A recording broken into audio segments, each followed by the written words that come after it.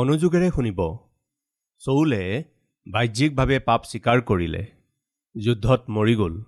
বিলিয়মে বাহ্যিকভাৱে পাপ স্বীকাৰ কৰিলে, যুদ্ধত মৰি গ'ল। যেহুদাই বাহ্যিকভাৱে পাপ মানিলে, আত্মহত্যা কৰিলে।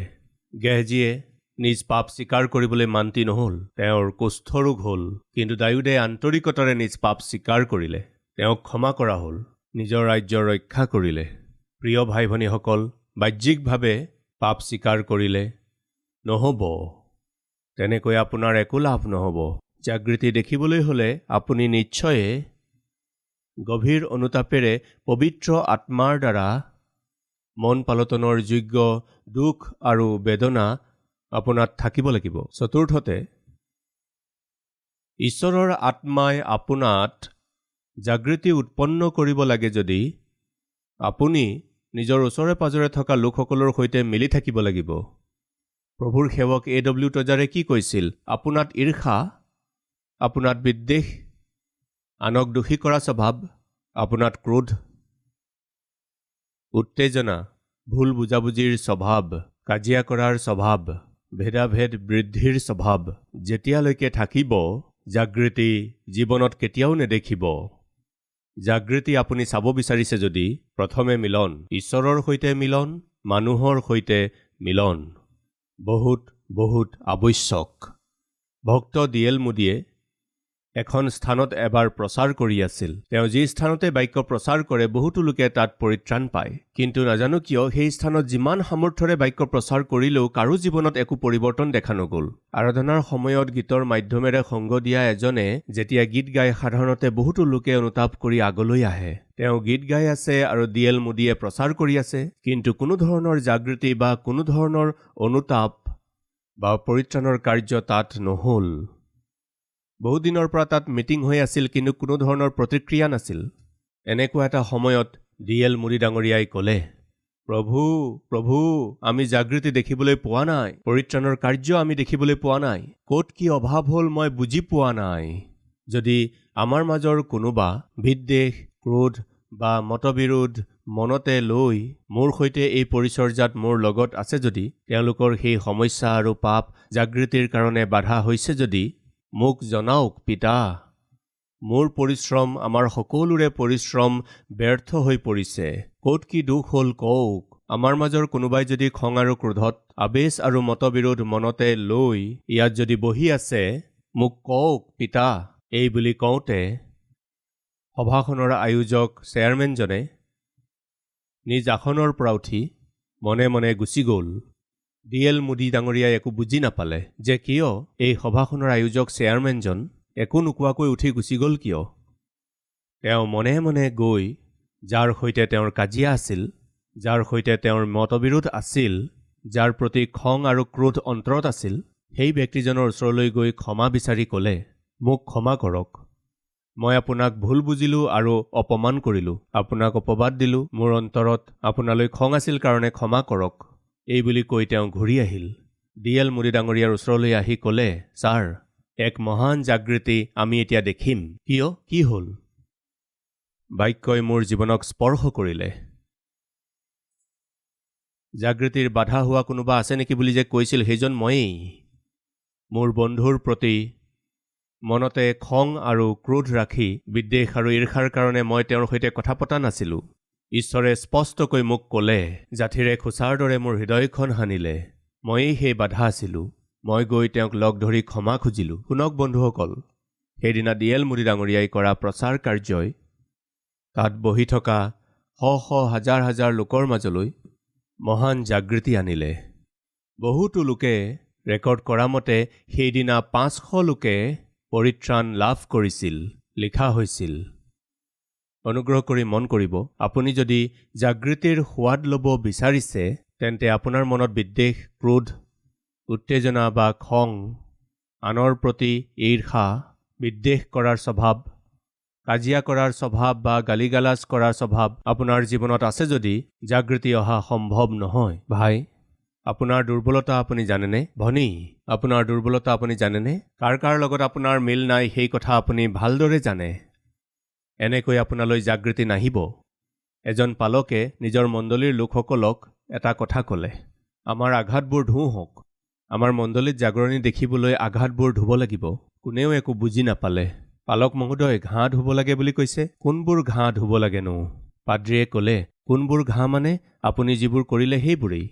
যি লোকক মাত কথাৰে আঘাত কৰিলে, যি লোকক হাতেৰে আঘাত কৰিলে, যি লোকক বেয়া উদ্দেশ্যেৰে আঘাত কৰিলে, তেওঁলোকৰ সৈতে মিল হওক। আমাৰ মণ্ডলী ভাল হ'বলৈ হ'লে, শুনিছেনে ভাই ভনীসকল, কালবাৰী মাত শুনি থকাসকল? খ্ৰীষ্টৰ মণ্ডলী যি ক্ষেত্ৰতেই নাথাকক কিয়, আপোনাৰ আৰু আমাৰ মণ্ডলীসমূহত খ্ৰীষ্টৰ মণ্ডলীত জাগৃতি আহিবলৈ মিলন হোৱাটো বৰ প্ৰয়োজনীয়। সেৱকজনে তাকেই ক'লে, আমাৰ মণ্ডলীত জাগৃতি নাই, সকলো যেন মৰি আছে। জাগৃতি আহিবলৈ হ'লে আঘাতবোৰ ধুব লাগিব।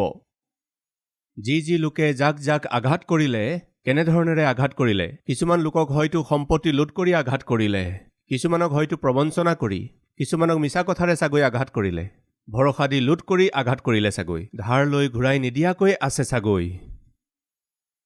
নিজৰ কথা আৰু কামৰ দ্বাৰা সন্মুখৰ মানুহজনক চিন্তাত পেলাই খং ক্ৰোধত দুখ বেজাৰত পেলাব পাৰে। যাওক, আপুনি দিয়া আঘাতবোৰ বান্ধক। পাচনি কৰ্মৰ 16 অধ্যায় 33 পদত তাকেইটো কৰিছে। কাৰাগাৰৰ যি দাৰোগাজনে পৌল আৰু চিলক মাৰপিট কৰোঁতে নিজ হাতেৰে মাৰপিট কৰি তেওঁলোকক আঘাত কৰিছিল, সেই দাৰোগাজনক ঈশ্বৰে যেতিয়া দৰ্শন দিলে তেতিয়া তেওঁ কি কৰিলে জানেনে? তেওঁ সেই সময়তেই, কোন সময়ত যেতিয়া ঈশ্বৰে তেওঁক দৰ্শন দিলে, সেই সময়তেই তেওঁলোকৰ আঘাতবোৰ ধুলে। যদি জাগৃতি পাব বিচাৰিছে তেন্তে গৈ মিল হওক। কাৰ সৈতে? যাক আপুনি আঘাত কৰিলে তেওঁক, যাক আপুনি দুখ দিলে, যাক আপুনি দোষাৰোপ কৰিলে, যাৰ প্ৰতি বিদ্বেষ কৰিলে, যাক মুখৰ কথাৰে নিন্দা কৰিলে। যেতিয়ালৈকে আপুনি তেওঁৰ সৈতে মিল নহ'ব তেতিয়ালৈকে, সেই আঘাতবোৰ আপুনি নবন্ধালৈকে আপোনাৰ জীৱনত, আপোনাৰ মণ্ডলীত জাগৃতি সম্ভৱ নহয়। যেতিয়া সেই মণ্ডলীৰ সদস্যসকলে গৈ নিজৰ সম্বন্ধীয় লোক, নিজৰ বন্ধুবৰ্গ বা নিজ সহকৰ্মী বা লগৰ বিশ্বাসীসকলৰ সৈতে একেলগে পৰিচৰ্যা কৰা সকলৰ সৈতে মিলি সেই আঘাতবোৰ ধুলে, এক মহান জাগৃতি সেই মণ্ডলীয়ে দেখিলে। প্ৰিয় ভাই ভনীসকল, জাগৃতি পাবলৈ ইচ্ছা কৰিছে নেকি? তেন্তে প্ৰত্যেকৰে সৈতে সাধ্য অনুসাৰে সমিল মিলেৰে জীৱন কটাওক। সেয়া কেতিয়া সম্ভৱ জানেনে? আমি ঈশ্বৰৰ সৈতে মিলি থাকিব পাৰিলে আন লোকৰ সৈতেও মিলি থাকিব পাৰিম। কোনোবাই আপোনাৰ সৈতে কাজিয়া কৰিলে, কোনোবাই আপোনাক গালিগালাজ কৰিলে, বাৰে বাৰে আপোনাৰ ওপৰত খং কৰি, নিন্দা অপমান কৰি গালিগালাজ কৰিলে, তাৰ অৰ্থ কি জানেনে?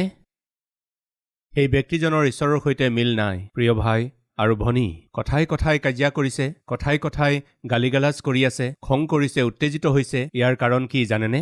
ঈশ্বৰৰ সৈতে মিল নাথাকিলেহে এনেকুৱা ধৰণৰ আচৰণ ব্যৱহাৰ প্ৰকাশ পায়।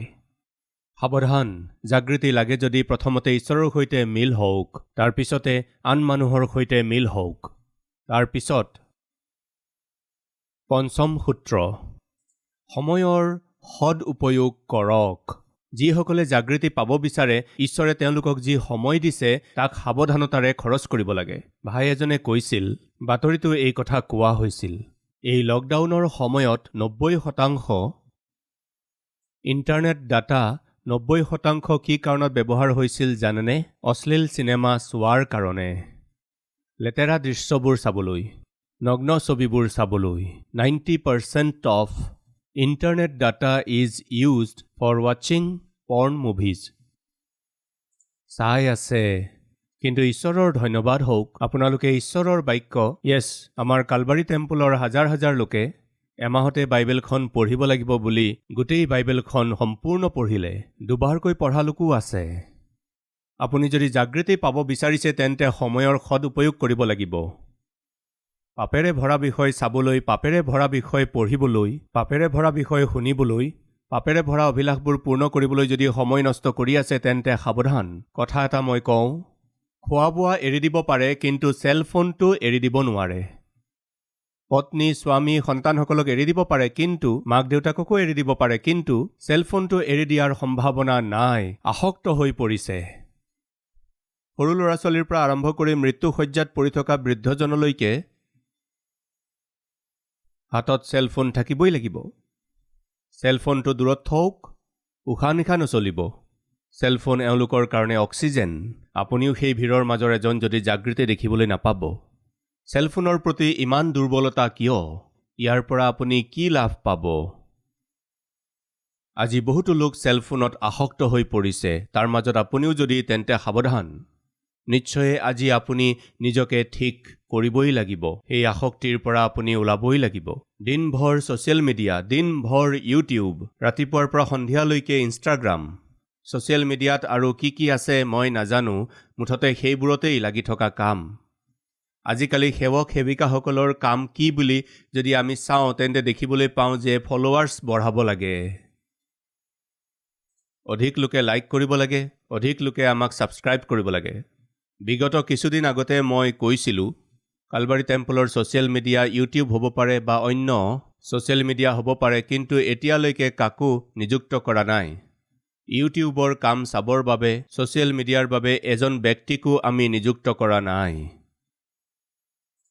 আজিৰ তাৰিখলৈকে ইউটিউবৰ কাৰণেই হওক বা প্ৰমোচনৰ কাৰণেই হওক 1 টকাও আমাৰ এই পৰিচৰ্যা, এই লাইভ অনুষ্ঠান প্ৰমোট কৰিবলৈ 1 টকাও আমি খৰচ কৰা নাই। কিন্তু কিছুমান মানুহেতো লাখ লাখ টকা খৰচ কৰি আছে ভিউজৰ বাবে, লাইকছৰ বাবে, ছাবস্ক্ৰিপশ্যনৰ বাবে। অনুগ্ৰহ কৰি মন কৰিব, জাগৃতি চাব বিচাৰিছোঁ যদি সময়ৰ সদ্ব্যৱহাৰ কৰিব লাগিব। প্ৰিয় ভাই ভনীসকল, আপুনি সঁচাকৈয়ে জাগৃতি পাব বিচাৰিলে চেলফোন দূৰ কৰক। চেলফোনটো আঁতৰাই থওক। সেইটোৱে আপোনাক স্বৰ্গলৈ লৈ নাযায়। বাইবেল, এইখনে আপোনাক স্বৰ্গলৈ নিব। বাইবেলখন ত্যাগ কৰিছে, আত্মিকতা ত্যাগ কৰিছে। কিছুমান মানুহে অনবৰতে জুপি থাকে। টোপনি যেতিয়া জুপি থাকে তেতিয়া এইদৰে কলমতিয়াই থাকে। বাইবেলখন ধৰি কলমতিয়াই থাকে, প্ৰাৰ্থনা কৰোঁতে কলমতিয়াই থাকে। তাৰপিছত আকৌ চেলফোন। এইদৰে নাহিব, জাগৃতি নাহিব। A.W. টজাৰে কি কৈছিল? যদি আপুনি জাগৃতি চাব বিচাৰিছে তেন্তে নিশ্চয় সময়ৰ সদ্ব্যৱহাৰ কৰিব লাগিব। আপোনাৰ সময় নষ্ট কৰা, আপোনাৰ বিবেচনাক নষ্ট কৰা, আপোনাৰ দৃষ্টি আৰু আত্মিকতাক নষ্ট কৰা, পবিত্ৰতাক নষ্ট কৰা একো বিষয়কেই ওচৰলৈ আহিব নিদিব। জাগৃতি আপোনালৈ আহিব। আৰু ষষ্ঠ, আপুনি ঈশ্বৰৰ সহভাগিতাত থাকক। ঈশ্বৰৰ হাতত উপযুক্ত পাত্ৰ হৈ থাকক। ঈশ্বৰৰ ইচ্ছা পালন কৰা এজন দাস হৈ থাকক। ঈশ্বৰৰ বাবে সাক্ষ্য হৈ থাকক। ঈশ্বৰৰ কাৰ্যত ব্যস্ত হৈ থাকক। আপুনি জাগৃতি চাব বিচাৰিছে যদি সহভাগিতাত থাকক, ঈশ্বৰৰ সহভাগিতাত থাকক। তেওঁৰ মুখ হৈ, তেওঁৰ তুৰি হৈ ব্যৱহাৰ হ'বৰ বাবে, তেওঁৰ হাত হৈ সহায় কৰিবলৈ,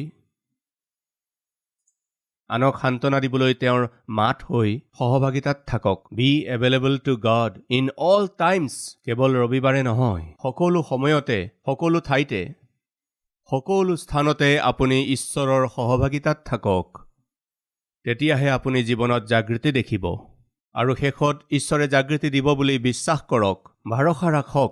ঈশ্বৰে নিশ্চয় অনুগ্ৰহেৰে আপোনাৰ জীৱনত জাগৃতি দান কৰিব, উপচাই দিব। বিশ্বাস কৰক। A.R. টৰী নামৰ ভক্তজনে 3টা কথা কৈছিল। আপুনি যদি জাগৃতি পাব বিচাৰিছে তেন্তে এইদৰে কৰিব লাগিব। কি কৰিব লাগিব জানেনে? সঁচাকৈয়ে ঈশ্বৰক প্ৰেম কৰা কেইজনমান লোকে সৰু গোট এটাত লগ হ'ব লাগে। ঈশ্বৰক প্ৰেম কৰা লোকসকলে সৰু গোটত লগ হ'ব লাগে। সেই গোটটোৱে একেলগ হৈ প্ৰাৰ্থনা কৰিব লাগে। সদায় প্ৰাৰ্থনা কৰিব লাগে। জাগৰণিৰ বাবে প্ৰাৰ্থনা কৰিব লাগে। তেওঁলোকে সদায় লগ হৈ জাগৃতিৰ কাৰণে প্ৰাৰ্থনা কৰিলে তেওঁলোকৰ মাজৰ পৰাই সেই জাগৃতিৰ উদ্ভৱ হ'ব। সেই জাগৃতিয়ে ওচৰ অঞ্চলবোৰকো জাগৃত কৰিব।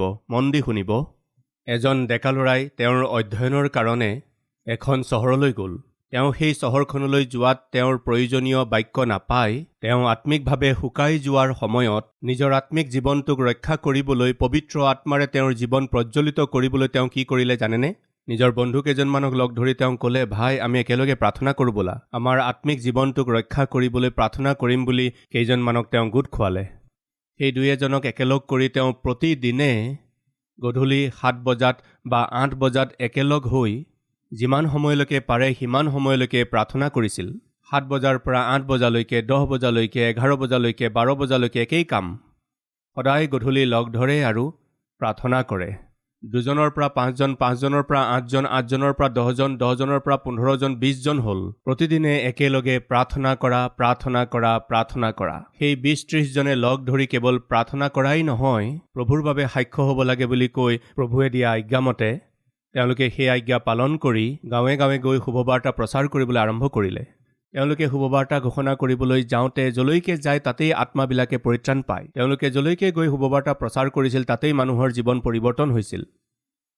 সেই সৰু গোটটো ঈশ্বৰৰ আত্মাৰ জুইৰে পৰিপূৰ্ণ হৈ ডাঙৰ ডাঙৰ সভা আয়োজন কৰিব পৰা স্তৰলৈ গৈ পালে। তেওঁলোকে য'তেই সভাৰ আয়োজন কৰে তালৈকে হাজাৰ হাজাৰ লোক আহিবলৈ ধৰিলে। সেই গোটটোৰ ভিতৰত থকা ডেকা ল'ৰাজনৰ দ্বাৰা প্ৰচাৰিত ঈশ্বৰৰ বাক্যৰ দ্বাৰা হাজাৰ হাজাৰ লোক প্ৰভাৱিত হ'ল। সেই ডেকা ল'ৰাজনে পিছলৈ টিভিটো প্ৰচাৰ কৰিবলৈ আৰম্ভ কৰিলে। সেই টিভি অনুষ্ঠানত বাক্য শুনা লোকসকল ঈশ্বৰৰ বাক্যৰ প্ৰতি আকৰ্ষিত হ'ল। তাৰপিছত ঈশ্বৰে সেই ডেকাজনক এটা মণ্ডলী স্থাপন কৰিবলৈ ক'লে। 25 জন লোকক লৈ মণ্ডলী আৰম্ভ কৰিলে। সেই মণ্ডলী আজি 3,25,000 লোকলৈকে গৈ পালে। এয়া কেনেকৈ সম্ভৱ হ'ল? জাগৃতি। জাগৃতি কি? যেতিয়া খৰি এডাল জ্বলিবলৈ আৰম্ভ কৰে সেই খৰিডাল মনে মনে নাথাকে। আশে পাশে থকা খৰিবিলাককো জ্বলায়, চাৰিওফালে থকা খৰিবিলাক জ্বলাই দিয়ে। আজি সেয়াই হৈ আছে কালবাৰী টেম্পলত থকা জাগৃতি। এই জাগৃতিৰ প্ৰজ্বলন আমি বহুতো মণ্ডলীত দেখিবলৈ পাইছোঁ, বহুতো সেৱকত আমি দেখিবলৈ পাইছোঁ। এই কালবাৰী টেম্পলৰ পৰিচৰ্যা দেখি, এই কালবাৰী টেম্পললৈ আহি জাগৃতি লাভ কৰি বহুতো মণ্ডলী আৰু বহুতো সেৱকে উৎসাহিত হৈ জাগৃতি লাভ কৰি আজি মণ্ডলীসমূহ নিৰ্মাণ কৰি আছে। তেওঁলোকৰ বিবেক ঠিকে আছে যদি তেওঁলোকে জানে আজি মই কৰা প্ৰচাৰেই হওক বা মোৰ পৰিচৰ্যাই হওক বা নিৰ্মিত গীৰ্জাঘৰ হ'ব পাৰে, সেৱা পৰিচালনাৰ ব্যৱস্থা সকলো কালবাৰী টেম্পলৰ পৰাই শিকিছে নহয়। তেওঁলোকে এইদৰে নিশ্চয় ক'ব, বন্ধুসকল, এই অধম সেৱকজন যেতিয়া হায়দৰাবাদলৈ আহিছিল অকলে আছিল। কিন্তু এই অধম সেৱকজনে কেইজনমান লোকৰ লগত যেতিয়া প্ৰাৰ্থনা কৰিলে, এই খৰিডালক নুনুমোৱাকৈ ৰাখিবলৈ যত্ন কৰাত এই জুইকুৰাৰ পৰা যি জুই ওলাল তাৰ কাৰণে আজি ইমান ডাঙৰ মণ্ডলী, বিগত 15 বছৰত পৃথিৱীৰ ক'তোৱেই ইমান ডাঙৰ মণ্ডলীৰ নিৰ্মাণ কাৰ্য হোৱা নাই। জাগৃতি। অল নাইট প্ৰেয়াৰৰ কাৰণে 10 জন, 20 জন, 30 জন লোক লগ হোৱা গোটটো আজি কালবাৰী টেম্পলত অল নাইট প্ৰেয়াৰ বুলি ক'লে 20,000, 30,000 লোক আহি আছে। জাগৃতি। এটা উপাসনাতেই মানুহ ভালদৰে নাহে, তেনেকুৱা সময়ত আজি 1, 2, 3, 4, 5 যিমানেই আৰাধনা নাৰাখক মানুহ দলে বলে আহে। আজি আমি মণ্ডলীত দেখিছোঁ জাগৃতি। য'ত কালবাৰী মহাসভা ৰখা হয় পবিত্ৰ বাক্যৰ বাবে, সেই স্থানত সকলো সময়তে ইমান ডাঙৰ জনসমাগম। জাগৃতি। প্ৰিয় ভাই ভনীসকল, আপোনাৰ জীৱনত যদি জাগৃতি আছে তেন্তে সেয়াই কি কৰে? আনৰ জীৱনতো শুধৰণি আনে। এদিন এজন ভাইয়ে আহি মোক ক'লে, ভাই আপুনি আমাৰ গাঁৱলৈ আহোঁতে মোৰ জীৱন শুধৰণি হ'ল। প্ৰভুৱে মোৰ জীৱনত শুধৰণি কৰিলে। আমাৰ গাঁৱলৈ অহাৰ বাবে মই বৰ সুখী। কোনখন গাঁও বুলি কওঁতে কোনোবা এখন গাঁৱৰ নাম ক'লে, মোৰ মনত নাই। তেতিয়া মই ক'লোঁ, মোক ক্ষমা কৰিব, মই আপোনাৰ গাঁৱলৈ আহি বাক্য প্ৰচাৰ কৰা নাই। তেওঁ ক'লে, আপুনি আহিছিল। সেইদিনা দিয়া বাক্যই মোক শুধৰণি কৰিলে। এইদৰে কওঁতে মই বিশ্বাস কৰিব নোৱাৰিলোঁ। তেতিয়া মই সুধিলোঁ, মোৰ বাক্যসমূহ মই জানো, এটা কথা মোক কওক, মই আপোনাৰ গাঁৱলৈ আহোঁতে কি বাক্য কৈছিলোঁ? ভাই, আমাৰ গাঁৱলৈ আহি আপুনি নামানৰ বিষয়ে কৈছিল, নামানৰ পাপৰ বিষয়ে কৈছিল। সেই সৰু ছোৱালীজনীয়ে কেনেকৈ নামানক ঈশ্বৰৰ শুভবাৰ্তা শুনালে তাৰ বিষয়ে আপুনি কৈছিল। সেই ছোৱালীজনীয়ে দিয়া সাক্ষ্যৰ জৰিয়তে তেওঁ এলিছাৰ ওচৰলৈ কেনেকৈ গৈছিল এই বিষয়ে প্ৰচাৰ কৰিছিল। সেয়া কেতিয়া আছিল? প্ৰায় 15 বছৰমান হৈ গ'ল ভাই। তেতিয়া মোৰ বিশ্বাস হ'ল, য়েছ, সেই বাক্য মোৰেই আছিল। সেই ভাইজনে কৈছিল, 15 বছৰ আগতে মোৰ জীৱন শুধৰণি হ'ল। মই আমেৰিকালৈ এবাৰ যাওঁতে মোৰ বন্ধুজনে মোক কৈছিল, ভাই, ইয়াত কিছুমান দেহ বেপাৰ কৰা মহিলা আছে যিসকলক ৰাস্তাৰ পৰা ধৰি আনি এই দেশৰ প্ৰশাসনে সকলোকে একেলগে যি ঘৰত থয় সেই ঘৰক পটাৰ হাউচ বুলি কয়। তাত সেই সকলো মহিলা আছে। ঈশ্বৰ আপোনাৰ সৈতে আছে। আপুনি সেই ঈশ্বৰজনৰ বিষয়ে তেওঁলোকক ক'ব নেকি? হয়, ব'লক ক'ম। তালৈ গ'লো, সকলো মহিলা বহি আছিল। ব্যভিচাৰ কাৰ্যত ধৰা পৰা যি মহিলাসকলক ত্যাগ কৰা হৈছিল তেওঁলোকৰ কিছুমান অনাথ হৈছিল। এনেকুৱা সময়ত প্ৰিয় বন্ধুসকল, সাৱধানেৰে শুনিব। মই বাক্য কৈ আছিলোঁ আৰু সকলোৱে বাক্য শুনি আছিল। সকলো বেশ্যা আছিল, বহু বছৰ ধৰি ব্যভিচাৰ কৰি থকা। মই বাক্য ঘোষণা কৰি থাকোঁতে তেওঁলোকে বৰ মনোযোগেৰে আৰু আন্তৰিকতাৰে শুনি আছিল। মই কৈছিলোঁ, আপোনালোকে হয়তো ভাবিছে আপোনালোকে ব্যভিচাৰ কৰোঁতে ধৰা পৰিল আৰু পৰিত্যাগ কৰা হ'ল আৰু অনাথৰ দৰে হৈ পৰিছে। আমাৰ দেউতাই মৰম নকৰে, আমাৰ মাতৃয়ে মৰম নকৰে, ঘৰৰ কোনেও আমাক মৰম নকৰে, আমাক বহিষ্কাৰ কৰিলে বুলি ভাবিছে। কিন্তু জানেনে, আপোনালোকক নিজৰ প্ৰাণতকৈও বেছি ভাল পোৱা এজন আছে। সকলোৱে আচৰিত হৈ চাই আছিল। সাৱধানেৰে শুনিব। মই কথা কৈ থাকোঁতে এজনী ছোৱালী বাথৰুম যাব লগা হ'ল। হঠাৎ থিয় হ'ল। কিয় উঠিল নাজানিছিলোঁ। আপোনাক নিজ প্ৰাণতকৈও ভাল পোৱা সেইজন কোন জানেনে? মই ক'বলৈ ধৰোঁতে সেই ছোৱালীজনীয়ে ক'লে, ৰ'ব। কি হ'ল ভনী? 2 মিনিট অপেক্ষা কৰিবনে? মই বাথৰুম গৈ আহোঁ প্লিজ। এই বুলি কৈ খৰখেদাকৈ তাই বাথৰুমলৈ গৈ আহিল। কওক, কোনে আমাক নিজ প্ৰাণতকৈও অধিক ভাল পায়? সকলোৱে এৰি দিলে, সকলোৱে আমাক অনাথ কৰি দিলে, সকলোৱে আমাৰ সৈতে খেলিলে, আমাক ব্যৱহাৰ কৰিলে আৰু আমাক অনাথ কৰিলে। আমাৰ নিচিনা পাপীবোৰক প্ৰেম কৰা লোক এই সংসাৰত কোন আছে? মই এই বাক্য ঘোষণা কৰোঁতে যীশুখ্ৰীষ্টৰ বিষয়ে কৈছিলোঁ আৰু এটা বৰ ডাঙৰ জাগৃতি আহিল। ঈশ্বৰৰ আত্মাই হঠাতে তাত বহি থকা সকলো মহিলাৰ ওপৰলৈ নামি আহিল। সেই সময়তেই সকলোৱে আঁঠু লৈ কেৱল কান্দিবলৈ ধৰিলে। কিন্তু এজনী ভনীয়ে অলপ বেলেগ আচৰণ কৰিছিল। ওপৰৰ পৰা তললৈ চিৰিয়াছ হৈ চাই আছিল, অদ্ভুত ৰূপে হাঁহি আছিল, অদ্ভুত ৰূপে তাইক ভূতে ধৰাৰ দৰে আচৰণ কৰিছিল। তাইৰ ফালে মই চালে বাক্য ক'ব নোৱাৰিম, ডাইভাৰ্ট হৈ যাম। সেইফালে চোৱাই নাছিলোঁ, অদ্ভুত আচৰণ কৰিছিল। মনে মনে এইদৰে প্ৰাৰ্থনা কৰিছিলোঁ, প্ৰভু, ইমান লোকে কান্দি কান্দি অনুতাপ কৰি আছে, এই ভনীজনীয়েতো বাক্যলৈ অকণো মনোযোগ দিয়া নাই। এৰি দিব নেকি এই ভনীজনীক? তেওঁক এনেকৈয়ে থাকিবলৈ দিব নেকি, নে এওঁলৈকো আপুনি দয়া কৰিব? মিটিংখন শেষ হ'ল। সকলোৱে আহি ক'লে, পাদ্ৰী মহোদয়, আমাক নিজ প্ৰাণতকৈও অধিক প্ৰেম কৰা ঈশ্বৰজনে আপোনাক ভাৰত দেশৰ পৰা আমালৈ পঠাইছে, আমাক এই কথা ক'বৰ বাবে যে তেওঁ আমাক প্ৰেম কৰে। সেই প্ৰভুৰ বাবে আমি জীয়াই থাকিম। বৰ আনন্দিত হ'লোঁ, কিন্তু দুখেৰে ওলাই আহিলোঁ। প্ৰভু, সকলোৱে উদ্ধাৰ পালে, সেই এজনী মহিলা থাকি গ'ল, তেওঁক আপুনি এৰি দিব নেকি? এৰি দিব। 99টা ভেড়া আপোনাৰ ওচৰত থাকিলেও হেৰুৱা ভেড়াটোৰ ওচৰলৈ আপুনি যায়। আজি এই ভেড়াটো হেৰাই গ'ল। মই আৰু যিজনে মোক লৈ গৈছিল, আমি দুয়ো সেই পটাৰ হাউচৰ পৰা যেতিয়া ওলাই আহিছিলোঁ, তেতিয়া জোৰ জোৰকৈ কন্দা শুনিবলৈ পালোঁ। জোৰ জোৰকৈ কান্দিছিল। দৌৰি উভতি গৈ চাই দেখিলোঁ, সেই ছোৱালীজনীয়ে নিজৰ বুকু ঢকিয়াই ঢকিয়াই কান্দিছিল। মোৰ নিচিনা পাপীকো ইমান প্ৰেম কৰিলেনে? সঁচাকৈয়ে মোৰ নিচিনা পাপীকো নিজৰ প্ৰাণ দি প্ৰেম কৰিলেনে? তেওঁ সেই আত্মাকো ধৰিলে। সেই ভয়ানক বেশ্যাজনীয়ে প্ৰভুৰ আগত আঁঠু ল'লে।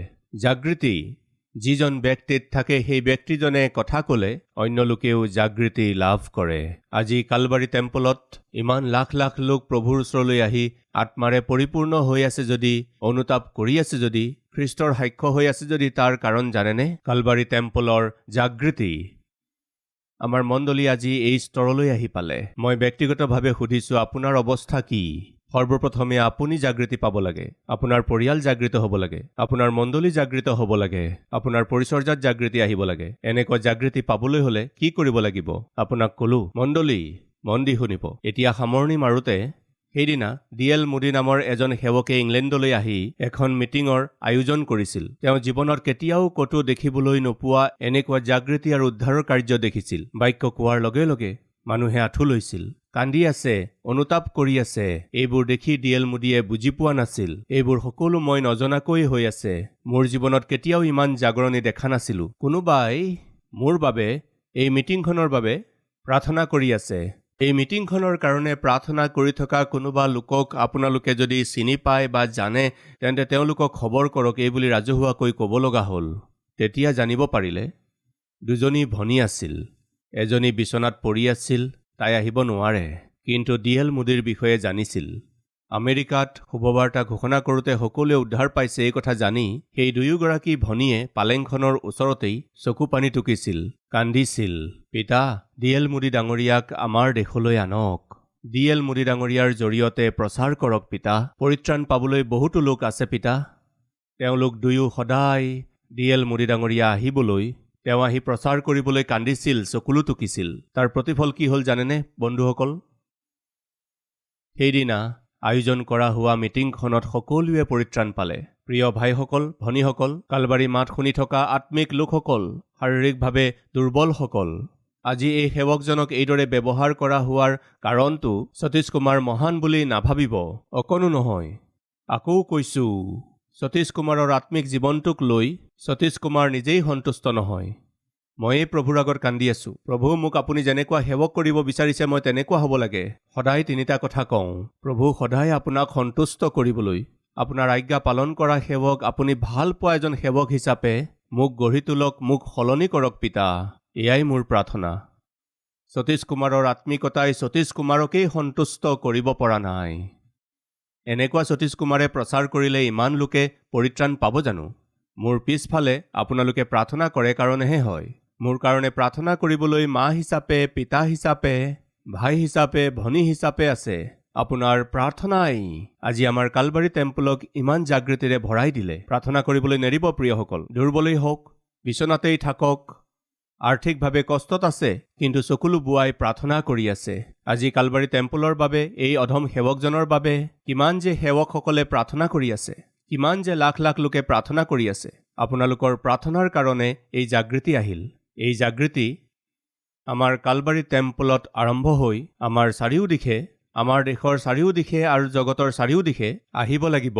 তেতিয়ালৈকে আমি জিৰণি নোলোৱাকৈ প্ৰাৰ্থনা কৰি থাকিব লাগিব বুলি ঈশ্বৰে আমাক কৈছে। প্ৰাৰ্থনা কৰিবলৈ ইচ্ছুক লোক আছেনে? আহক আমি একেলগে জাগৃতিৰ কাৰণে প্ৰাৰ্থনা কৰোঁ। আপুনি য'তেই আছে তাৰে পৰাই প্ৰাৰ্থনাত সহভাগী হৈ যাওক।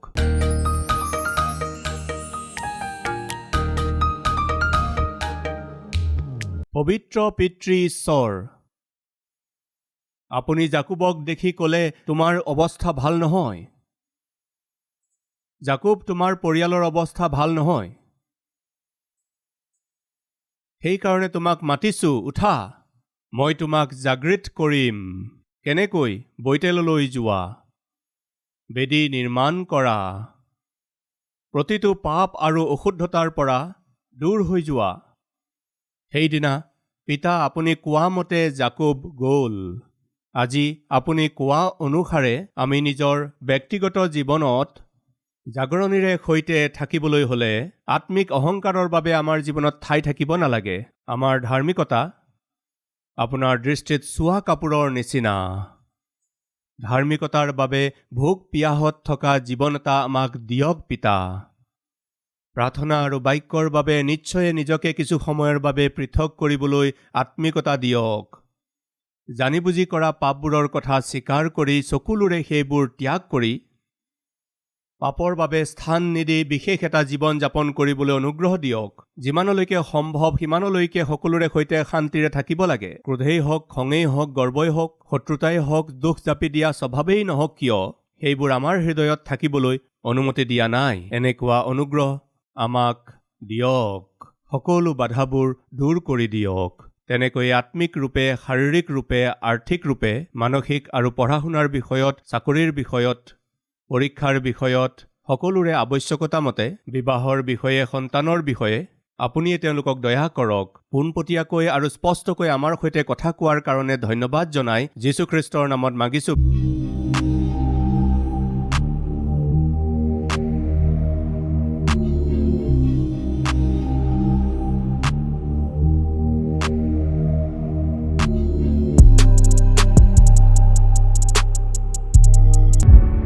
हमारा address Calvary, post box number 30, Kukatpally, Hyderabad 72।